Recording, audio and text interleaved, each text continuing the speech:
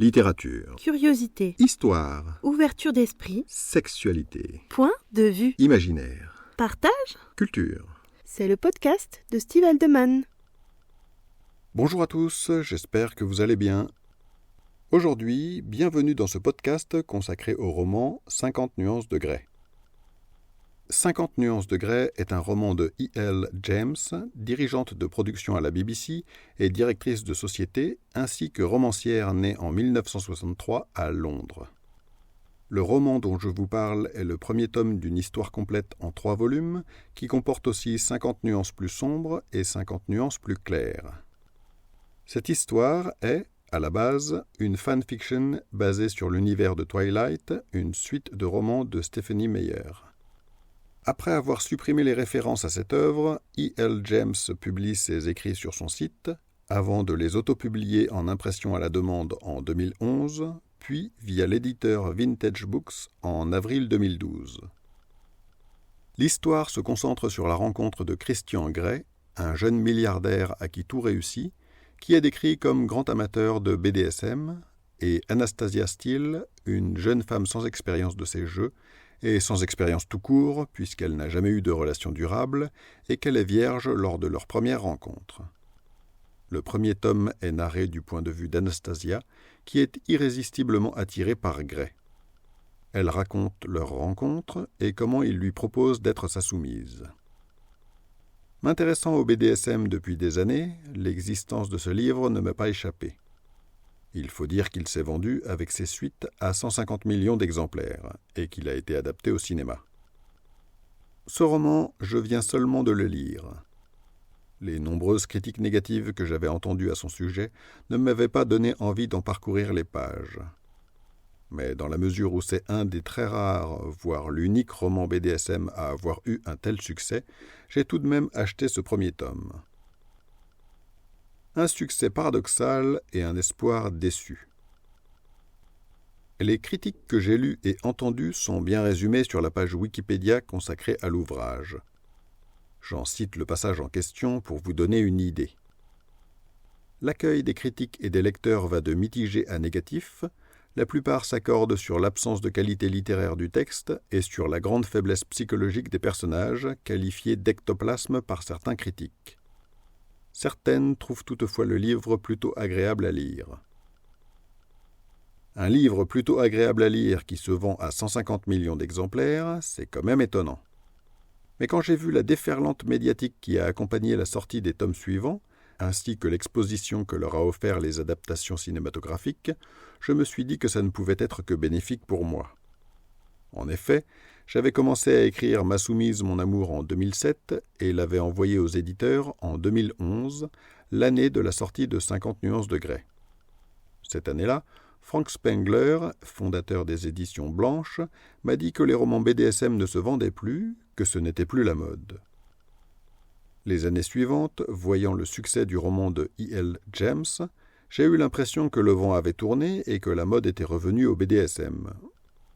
J'ai espéré que ça allait favoriser sa démocratisation. Après tout, les magasins ont vu leur vente de cravaches exploser à cette époque, ce qui n'augurait que du bon pour la sexualité des Français et leur désir de lire des histoires du même type. J'ai donc recontacté Frank Spengler pour lui dire ce que j'en pensais.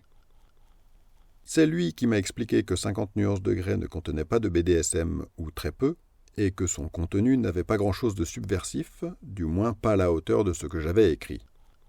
Au contraire, il pensait, et il le pense toujours à cette heure, que les temps sont plus pudibonds qu'il y a 20 ans.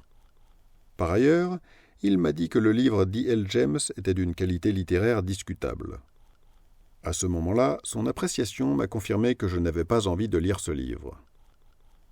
Quelques années de plus sont passées, et maintenant que je me suis lancé avec mon épouse dans l'aventure de l'auto-édition, j'ai monté un site internet au sein duquel je rédige des articles à propos des livres qui m'ont inspiré et des romans BDSM en particulier.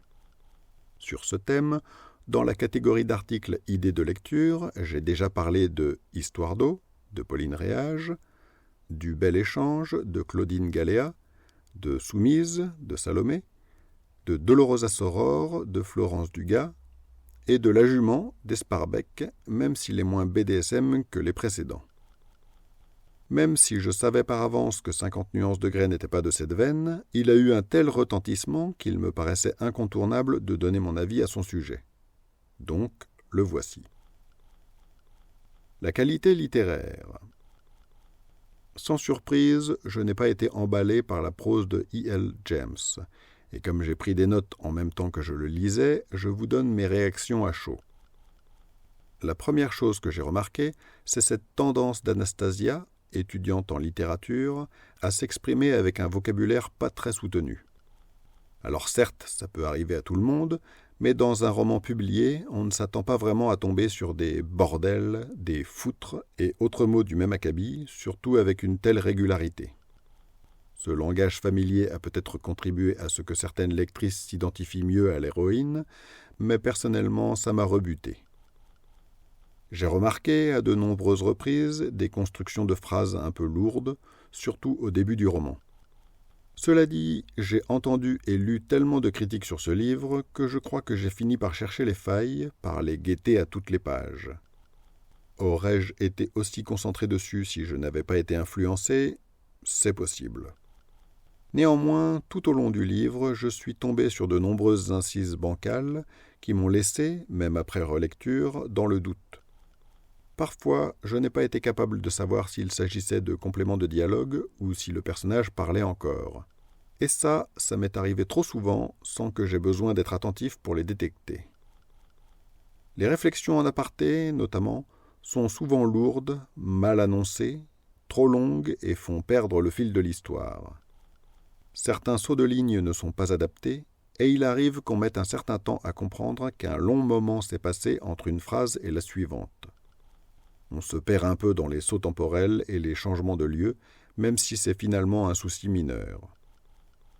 J'ai trouvé certaines comparaisons un peu lourdes, mais originales. Peut-être est-ce dû au fait que je lis rarement des romans à l'eau de rose. En particulier, j'ai trouvé sympathique qu'Anastasia discute avec sa conscience et sa déesse intérieure. Cela m'a fait sourire de temps à autre, j'ai trouvé ça mignon. Et puis au début, les échanges par mail avec Christian Grey sont plaisants, même si à la longue, je les ai trouvés répétitifs. Par moments, ils les font passer pour des ados attardés. En même temps, quand on est amoureux, j'imagine qu'on est tous susceptibles de passer pour des ados attardés. Ils sont souvent décrits comme incapables de raccrocher, et ce serait mignon si Grey n'était pas censé avoir une attitude de dominant, donc potentiellement plus dans le contrôle de lui-même, comme c'est dit tout au long de l'histoire. Or, ce n'est clairement pas le cas. J'ai été rebuté par l'omniprésence des noms de marques. Anastasia ne porte pas de basket mais des Converse, elle n'a pas un smartphone mais un iPhone, pas un ordinateur mais un MacBook, ne boit pas du vin blanc mais du Chablis, etc. La liste est longue. Je veux bien entendre que ce soit le choix fait par l'auteur pour montrer que Christian Grey est riche, mais ça ne se limite pas aux scènes qui le concernent.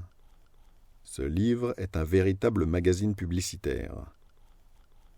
Cela dit, et en dépit de ces remarques essentiellement négatives, je dois dire que j'ai lu le livre facilement. Ce n'est pas un chef-d'œuvre, mais ce n'est pas non plus le torchon qu'on m'avait décrit. Et j'ai vite imaginé que cette qualité littéraire moyenne n'était pas la raison principale pour laquelle il avait été critiqué. Petit ajout non négligeable, j'ai remarqué que tout le monde dans ce bouquin picole en permanence. La psychologie des personnages.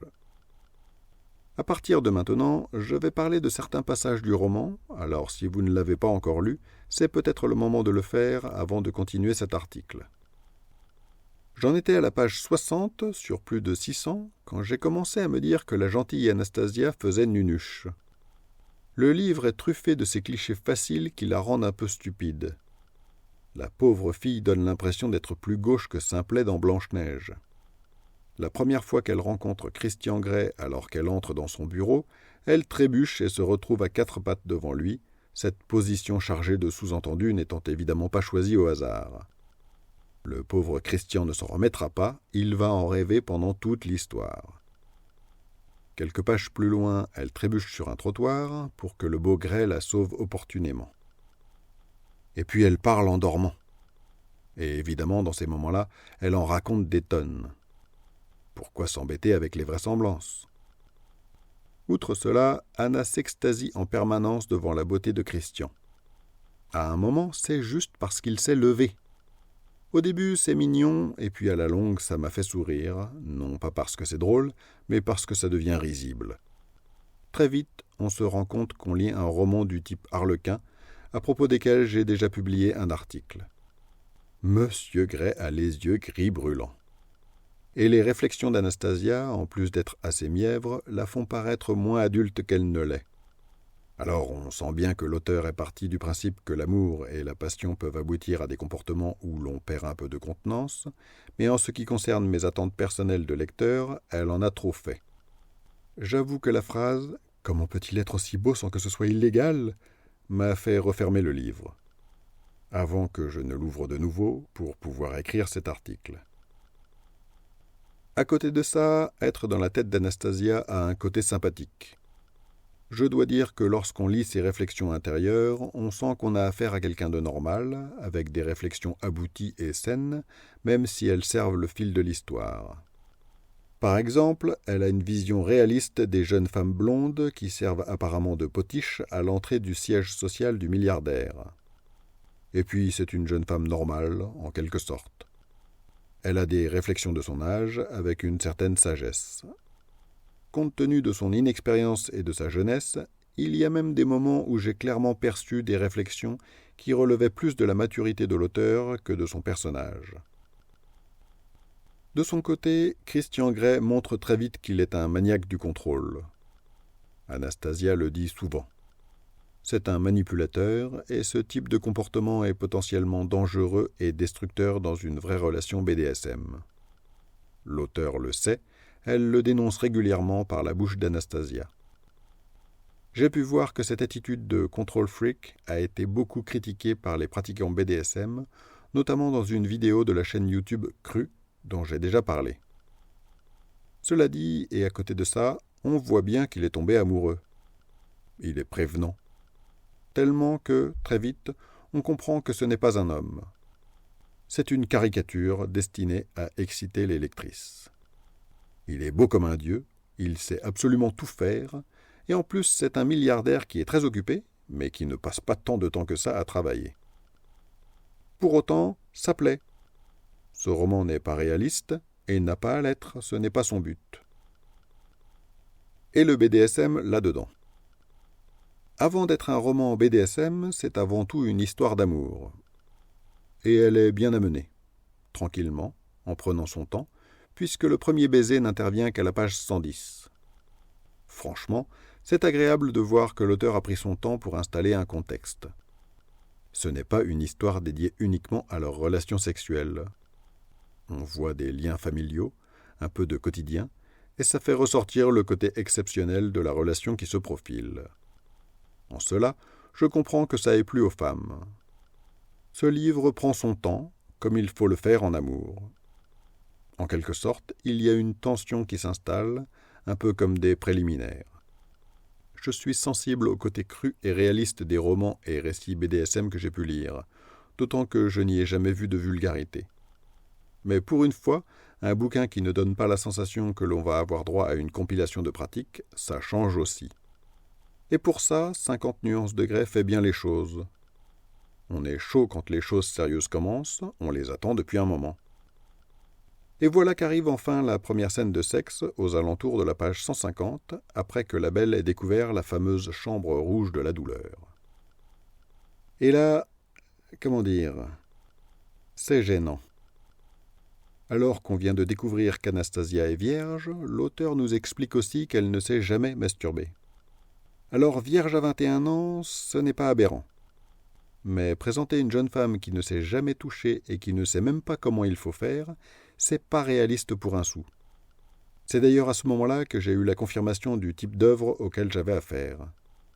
50 nuances de Grey, ce n'est rien d'autre qu'un conte de fées moderne. Et tout ce que je vais lire par la suite va me le confirmer. Parce que franchement, quand j'ai inventé le personnage de Charline dans mon roman, j'avais peur qu'elle paraisse un peu trop effacée. Mais en fait, il n'en est rien. À côté d'Anastasia Steele, ma Charline, c'est une vraie furie perverse.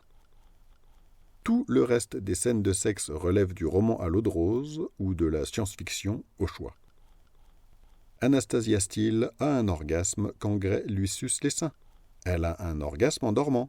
Elle a des orgasmes tout le temps en fait, et d'une force et à une vitesse qui défient l'imagination. Alors ce n'est pas étonnant que cette histoire fasse vibrer les femmes, mais bon. Rose, qui l'a lu aussi, s'est montrée bien plus critique que moi concernant ces scènes. Le dépucelage idéal l'a laissée rêveuse et, ironique, elle a trouvé que Christian Grey était vraiment un champion du sexe. Il y a une chose qui est pas mal dans ce roman, c'est que les personnages se protègent des MST. Ça change des histoires où cet aspect de la sexualité passe à la trappe. En ce qui concerne le BDSM, franchement, passez votre chemin. Il n'y en a pas, ou quasiment pas.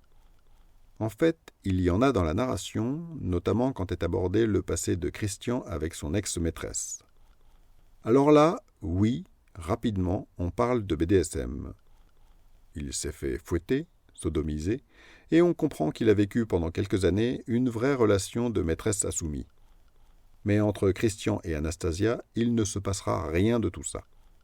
En termes de pratique BDSM, il va l'attacher une fois avec sa cravate, lui mettre une fessée, et à la fin, il va lui annoncer « Je vais te montrer jusqu'où ça peut aller », avant de lui mettre 6 coups de ceinture. C'est tout. On comprend pourquoi ceux qui attendaient du BDSM se sont sentis floués. En plus, même les scènes de sexe finissent par lasser. Elles sont communes, et même si elles sont suffisamment bien annoncées pour qu'on ait envie de les lire, elles ne sont pas très excitantes et elles se répètent de façon banale, sans imagination. Du moins en ce qui me concerne. En fin de compte, on comprend assez vite que si Anastasia est attirée par Christian, et qu'elle est émoustillée par son assurance, elle n'a rien d'une soumise.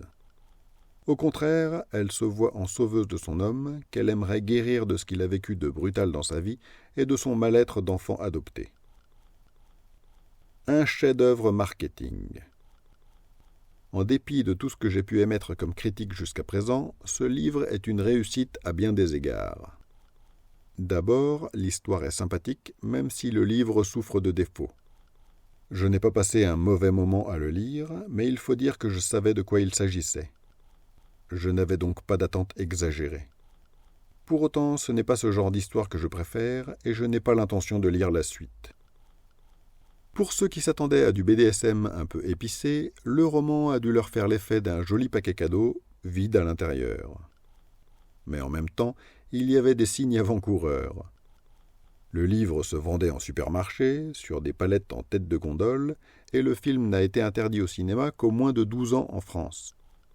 Les audiences de son passage à la télé, dans une version censurée, ont paraît-il fait un score très honorable auprès des enfants, ce qui confirme l'aspect conte de fées moderne. J'ai vu passer à la maison une jeune fille de 17 ans, qui l'avait lu plusieurs fois et qui avait mis des marque-pages à ses passages préférés. L'une des plus grandes réussites de ce livre relève donc du marketing. Le titre, d'abord, est original et bien trouvé. L'histoire finit bien, et ça, dans les romances BDSM, c'est rare. C'est d'ailleurs une des caractéristiques qu'il partage avec le mien. Anastasia n'est pas soumise, et en faisant ce choix, E.L. James a profité habilement de son expérience des médias. Il y a fort à parier qu'elle savait parfaitement qu'une héroïne effacée et soumise aurait rebuté un grand nombre de personnes qui ne se seraient pas reconnues dans ce personnage, alors même que l'idée de présenter un héros encanaillé était à même de les émoustiller. C'est donc bien joué de sa part. Cela dit, ça imposait une stratégie marketing tendant à faire croire que le bouquin serait sulfureux. Il l'est, mais ça dépend pour qui. Car ce terme recouvre des réalités évidemment très différentes d'une personne à l'autre. Il n'est pas sulfureux pour moi, et je comprends qu'il puisse être décevant pour tous ceux qui ont une ouverture d'esprit minimale ou un peu d'expérience, mais pour toutes celles et ceux qui apprécient les amours fleurs bleues, c'est probablement très émoustillant. Vous pouvez découvrir les liens en description pour approfondir les sujets dont j'ai parlé. Si vous avez écouté cet épisode en podcast, je vous invite à vous rendre sur mon site stevealdeman.com pour y trouver les liens en question, d'autres articles, ainsi que les romans que j'ai écrits et ceux qui seront bientôt publiés.